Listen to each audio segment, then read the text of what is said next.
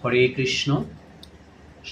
শ্রীমদ্ ভাগবতে পঞ্চম স্কন্ধে ২১তম অধ্যায় অর্থাৎ ১বিংশতি অধ্যায়ে সূর্যের গতির বর্ণনায় বলা হয়েছে যে কালচক্র সংবৎসর নামক সূর্যের রথের চাকায় প্রতিষ্ঠিত।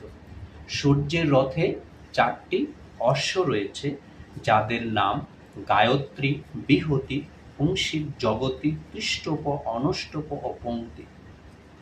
অরুণদেব, সূর্যের যে রথ আছে সেই রথটি অরুণদেব এই অশ্বদের ৯ লক্ষ যোজন পরিমিত রথের জোয়ালিতে যোজিত করেন এবং এইভাবে সেই রথ আদিত্যদেবকে বহন করে।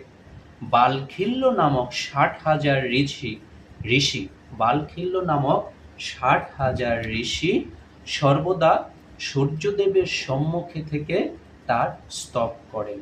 ১৪ জন গন্ধর্ব, অপ্সরা এবং অন্যান্য দেবগণ ৭টি দলে বিভক্ত হয়ে প্রতি মাসে পৃথক পৃথক কর্মের দ্বারা বিভিন্ন নামধারী সূর্যদেবের মাধ্যমে পরমাত্মার উপাসনা করেন।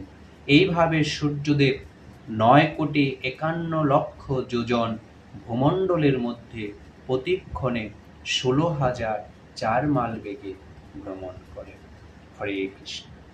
আমি আবারও বলছি, শ্রীমদ্ ভাগবতে পঞ্চম স্কন্ধে ১বিংশতি অধ্যায়ে সূর্যের গতির বর্ণনা নামক অধ্যায়ে কথাগুলো উল্লেখ আছে। হরে কৃষ্ণ।